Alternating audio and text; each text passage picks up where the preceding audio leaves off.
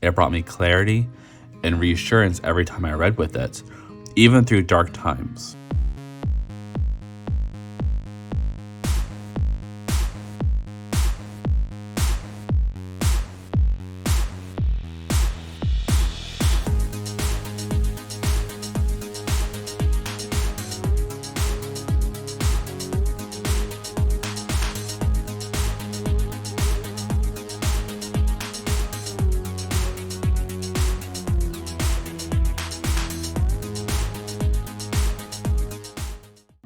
Welcome back to another deck walkthrough. Today we're going through the art of Aero Zero. So Aero Zero, Aero he, him, is a non-binary, autistic, asexual artist. And he makes a bunch of artwork. He makes multiple decks, and today what we're going to be going through is his two newest decks. Now, I have two other of his decks that I can go through at a later time. This is the Tarot Tarot, and then this is the Men Plus Monsters Tarot. Their decks, as far as I've seen and been aware of, there's no nudity, major nudity, and it's all safe for work. The comics, however, a big portion of that is safe for work, but he also sells non-safe for work. So this is some of the stuff that he's done.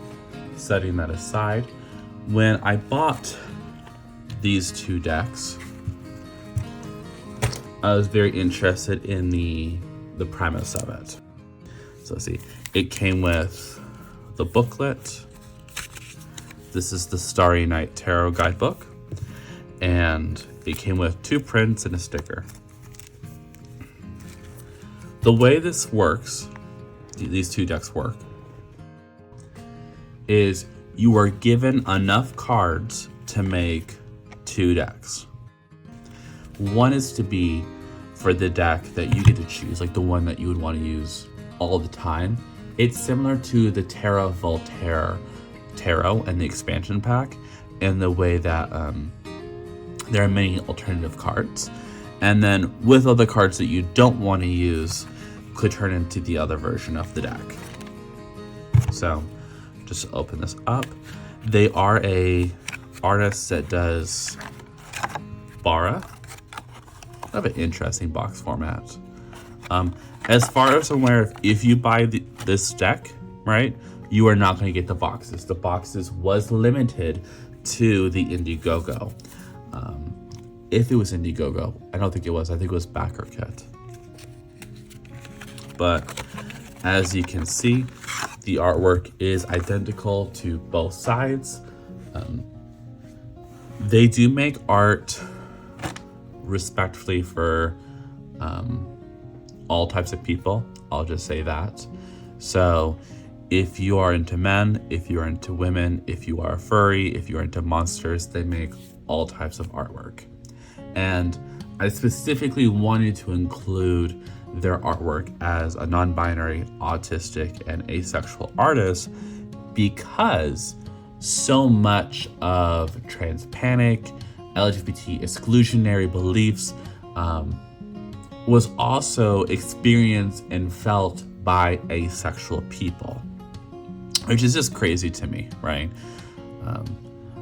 Obviously within the gray sexual spectrum of asexual, allosexual, all the different ways that you can feel desire, right? Just like gender, there's a huge expansive potential for what you could be. And I think that there is such a disgust, just make sure I got the right deck, yeah. There's such a disgust towards LGBT people, specifically asexuals, because of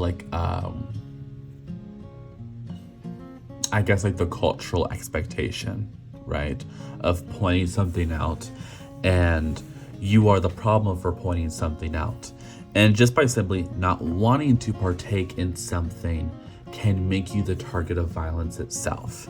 So people, I remember when it came to should gay people have the right to be married, there is all this discussion of like, well, no, because gay men, they're going to get married to each other and then they're going to get bored with that and marriage won't mean anything, right? So they're going to start grooming our children and grooming our dogs. And next thing we know, they're going to be talking about how we can marry our dogs and then we can marry buildings and trees, and marriage just won't mean anything anymore. And then gay people got the right to be married. And then, I haven't seen anyone marry a dog. So I think as we're seeing with the gay panic and the satanic panic, how both of those were overreactions, we see a similar thing with asexual panic and the transgender panic right now, right? It's just all this overreaction and then what? Even though I said I don't think there's any nudity, I'm still going to give a nudity warning for the Pride Month decks I'm showing off. But this is the deck of cards that I pulled for me. And then these are the cards that you would also be receiving. You do get multiple lovers if this is something that you are specifically interested in. Let me see if I can find it real quick. Got it. So it starts here for the Hierophant, the 2 different Hierophants you can get. There's these 2 lovers, these lovers, and then these lovers. So if I remember correctly, you have a lesbian, a heterosexual, an older and younger, a polyamorous, a human and non-human. Actually, no, I think that's a cisgendered and a non-binary or trans-inclusionary, and then 2 men. So there's multiple types of lovers that you can choose from. And I think that as we discussed with like the Slow Holler Tarot deck, there is a lack of like, this deck is filled only with transgender people. I think they tend to see reduced to, okay, well, no one in this deck will have genders, right? They're all non-gendered titles in the guidebook and in the cards. And I think removing gender is not the same as including and uplifting transgender stories. So I love this creator. I love the artwork that they make. But I want to mention that because the creator is non-binary, and we will be able to see a wide berth of their world building skills as a transgender creator in ways that, as amazing as it is, it's also different than maybe some of the world building stories that we have seen, especially within like pop culture and popular media. So one more specification before we get into it. The Aeon and the Queen of Swords are the exact same card, just different titles. This is the only time that I've seen when I was separating them that there was different titles, right? But let's get into this. As far as I'm aware of, I may be pulling more stuff out.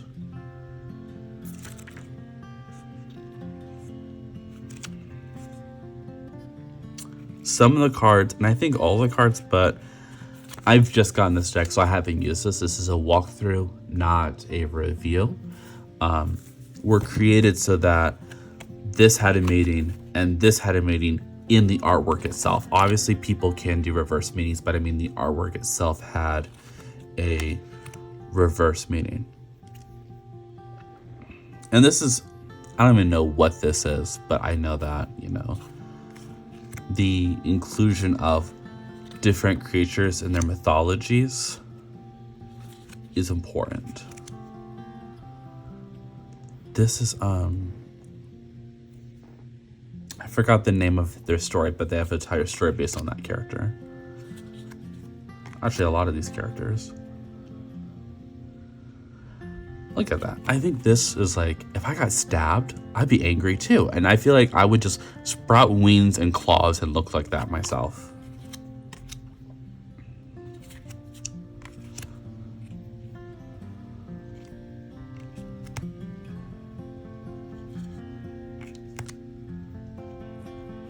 I think it's interesting how, for example, with the tower, you can see such wildly different interpretations of the same card. So for this one, it feels like and this is like why I picked it. This is, I'm defending myself, I'm attacking, and my weapon breaks. But this one, the tower, is like a sudden realization and awareness. You really get, for me at least, the feeling of this card that the foundation of my understanding of a topic or subject has severely been undercut, and I've just recently been aware of that.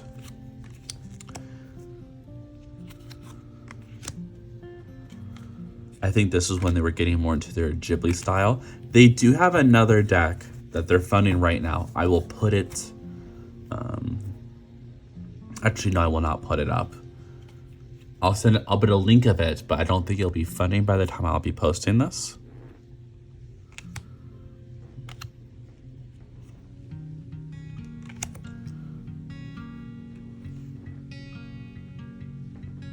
Actually, I'll glue that one over here too.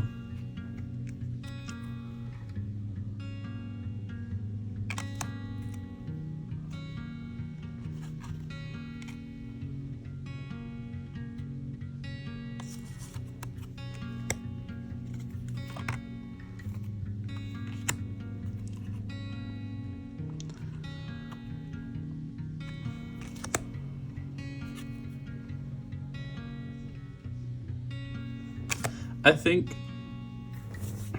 something that you may want to consider when you buy this deck, and I don't know if this was the artist's intention, but you can almost include doubles on purpose as sort of as a faux Minchiati tarot expansion.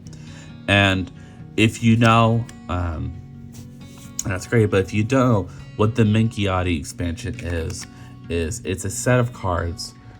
It's the elements, a list of virtues, and then the zodiac signs.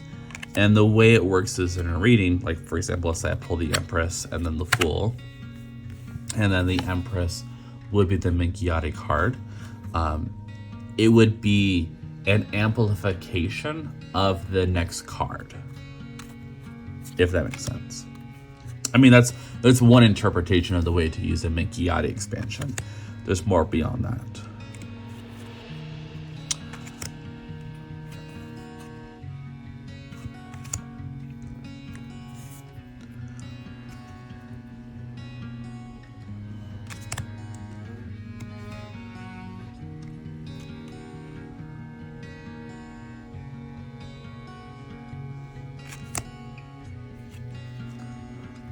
Ten of Swords, Ten of Swords.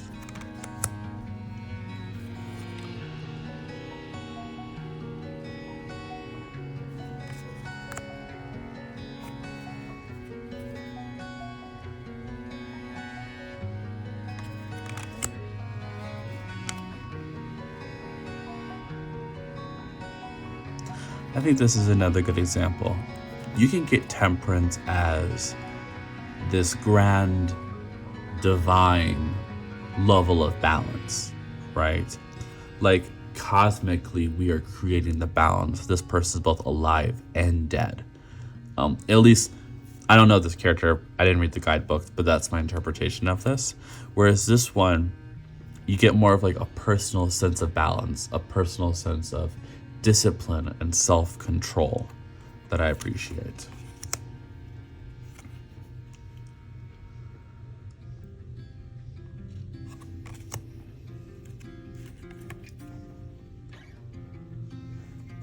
Oh, I saw this and I was like, how could I not choose this as my Six of Swords?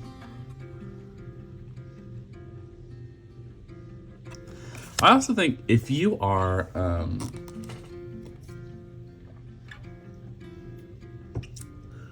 one of the people who got into the alleyway or the alleyman tarot, I think that this is such another great deck for you to get, just because you really do get multiple of the cards, a huge variety of art styles, right? Obviously, you know, you do have the similarities of the borders, but I think it's a bit obvious that this deck and this deck belongs in two different decks.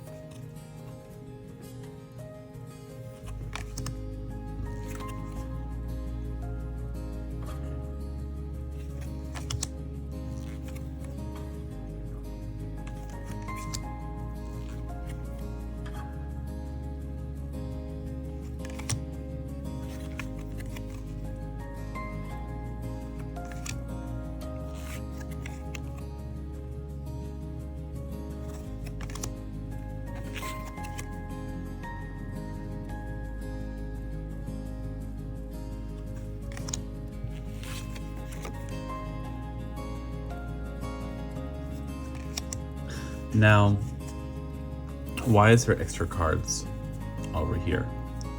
This is a complete deck, as this is a complete deck. But part of the funding of it is that you would get these 4 extra cards. Like I said, you could use extra cards similarly to a Minchiati expansion, but if you remember, the Minchiati is virtues, the zodiac signs, and then the elements. We have the elements right here with air, earth, fire, and water.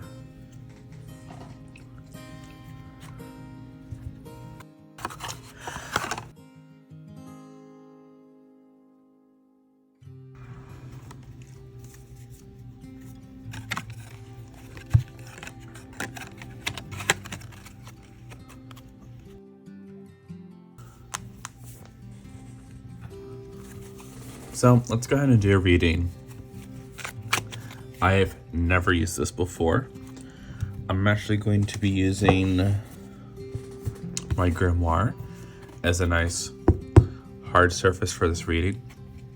And I think let's do a 3-card reading on how can we include this Pride Month, right? How can we actively make space and include other stories? I think transgender people are obviously very much getting attacked right now, but I think that, I want to, instead of focus on how much they're being attacked, I want to focus on how can we include them? How can we include transgender people? How can we include neuroqueer people? How can we include people who are asexual? And if you haven't heard, neuroqueer is just like the experience of being neurodivergent and queer. And it's sort of this belief that you are queer because of your neurodivergence, because this sense of like, well, gender doesn't make sense to me, that I never really cared for that. It's not something that's very prevalent in my understanding or in my priorities. And the fact that you have such a low level of care or regard towards gender because of like this neurodivergence flavor is what inherently makes you queer. But that's the side tangent. Let's go ahead and go into how can we spend time using this Pride Month to include? How can we include people into our lives, include their stories and their strengths, and show up genuinely for who they are and where they are?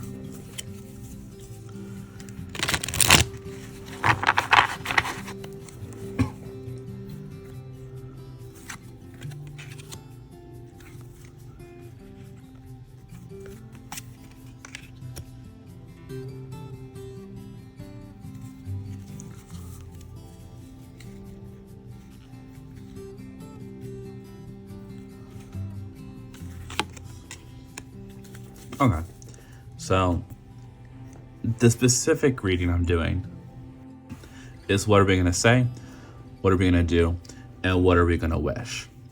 Wish in this context is not like I wish and wish upon a star, but more of it's our beliefs, it's our thought process, it's who we are internally as we carry ourselves out into the world, right? I think it's obvious, like, if it's someone who's trying to talk to you about their experience and they're genuinely like, this is who I am, this is what I believe, and this is where it comes from, they don't have that wish or that desire to argue with you, to fight with you, to change your mind.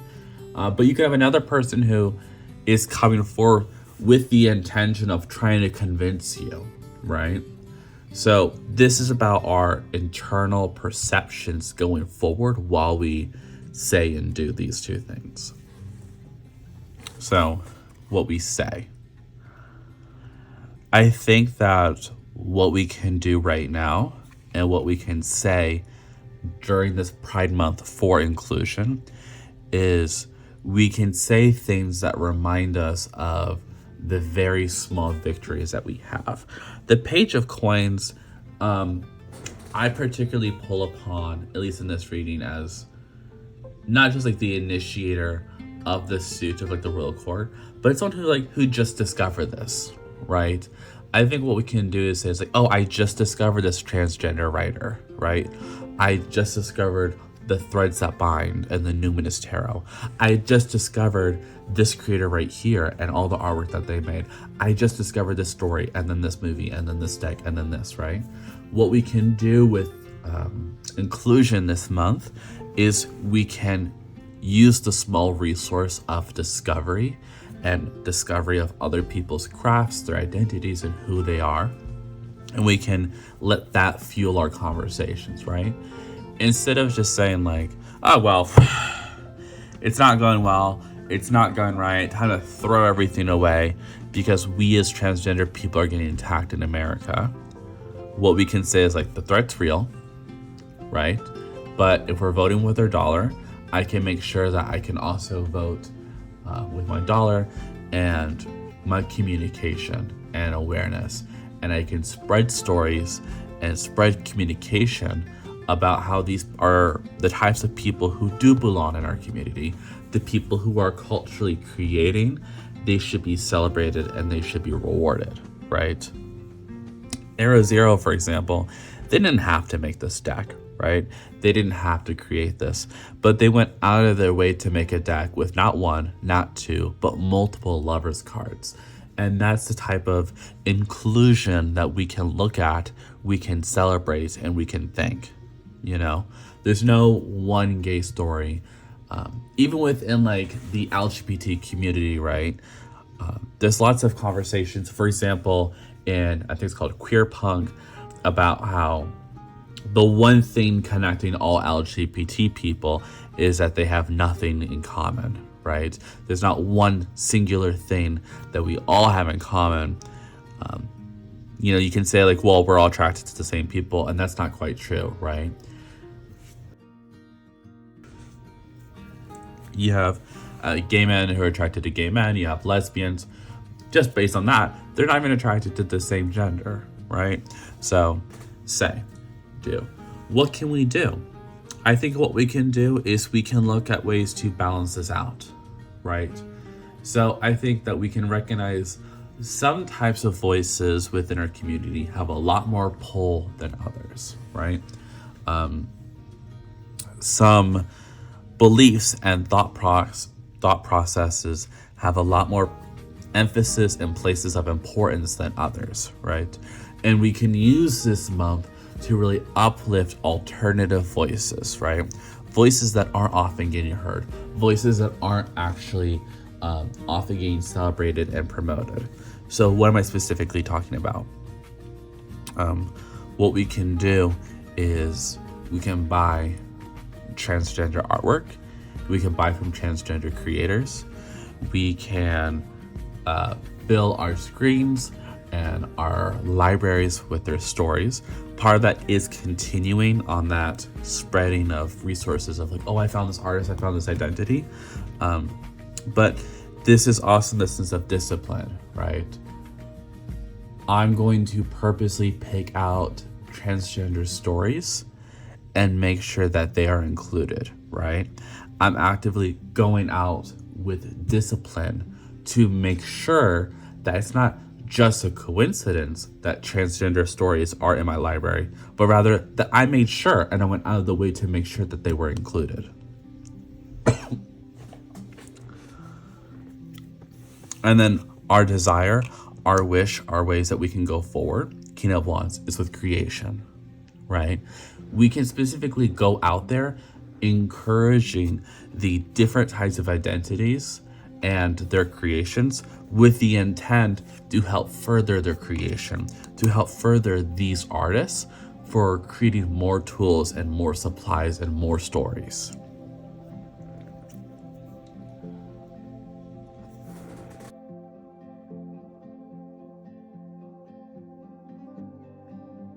Who is a king? A king is someone who rules over a domain. And I think what this is saying is that this Pride Month, obviously the language of a king and ruling is heavy. But what we can do is we can take back our control and our usage of that word. And we can make sure that on our phones, in our conversations, in action, and in sound of our voice, we are actively using our bodies with discipline, with financial resources of supporting, with our voice to actively include other people within our kingdom, right? There are many different ways that you can be excluded and kicked out of a community, but what we can do is we can say, I'm taking responsibility, not to say that's my fault, but to say that I'm going to be part of the solution, and the solution is inclusion. And that's going to be by taking command, taking control, and moving fast.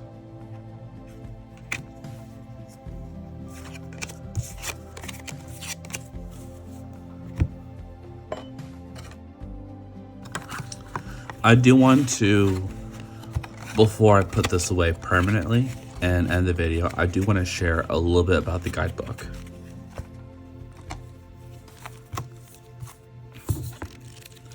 So 2024.